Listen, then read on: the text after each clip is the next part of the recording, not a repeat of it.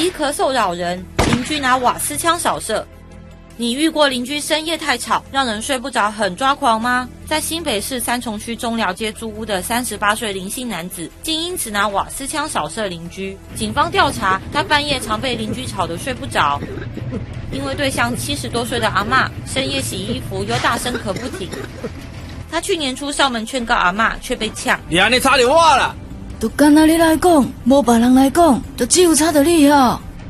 他火大想出气，上网买了把震爆瓦斯枪，还有50颗子弹。上月28号，他就对着妇人住处后阳台窗户开4枪。妇人听到窗户破裂声，转头看见男子的身影，气得报警。辖区警员登门查访，一进门就看到男子的枪就摆在桌子上，当场连人带枪带回侦讯。从事保险业的男子供称，去年初开始已经跟对象阿嬷沟通很多次，但是劝告无效。他去年2月和上个月2次拿枪射阿嬷窗户出气，阿嬷事后虽然不追究，震爆瓦斯枪经检测也不具杀伤力，但警方还是依法函送。